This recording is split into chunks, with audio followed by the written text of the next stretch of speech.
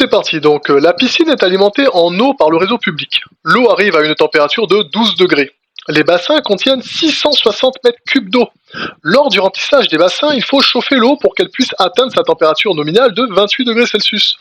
On rappelle que donc W, l'énergie en joules, est égale à delta, delta θ je crois, soit la différence de température en degrés Celsius, multiplié par M, la masse de l'eau en kilogrammes, multiplié par Cp, la chaleur massique de l'eau de 4185 joules par kilogramme C. On rappelle aussi que 1 mètre cube d'eau a une masse de 1000 kg. À partir de là, question 6.5, calculez la quantité d'énergie thermique WTH qu'il faut fournir pour chauffer l'eau. Exprimez ce résultat en joules, puis en kilowattheure. Donc c'est parti. Ouais, je vais mettre un peu de place quand même.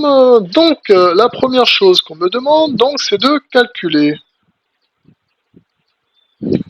Donc, WTH, ok, qui est égal à, comme on l'a dit, hein, delta, mon delta θ, c'est la différence de température qui est de 28 moins 12 degrés, ce qui me fait donc, hop, 16.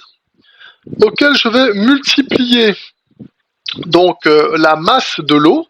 La masse de l'eau, on sait que j'ai 600, alors je mets ça ici, là, M de l'eau, j'ai 600 mètres cubes d'eau, que je vais multiplier par 1000 kg, parce que je sais que 1 mètre cube d'eau a une masse de 1000 kg, ce qui va me donner donc un résultat de 660 000 kg. Voilà. Boum, ici, 660 000 kg, que je vais multiplier ensuite par 4185, donc joules par kilogramme K. À partir de là, j'obtiens un résultat de 44 193 600 et 000 joules. Voilà. Ensuite, la suite, c'était... Oh, je suis en train de partir en sucette là-haut. Tac, voilà, ça c'est bon. Voilà, ici, on me demande d'exprimer. Oui, il faut exprimer.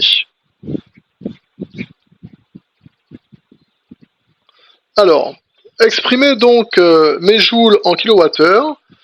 Eh ben, je sais que 1 joule, c'est égal à 1 watt par seconde. Donc, qu'est-ce que je peux faire? Je sais que mes 44, donc 193, hop, 600 000 joules, ça va être donc, je vais les diviser par 3600, et je vais obtenir donc forcément,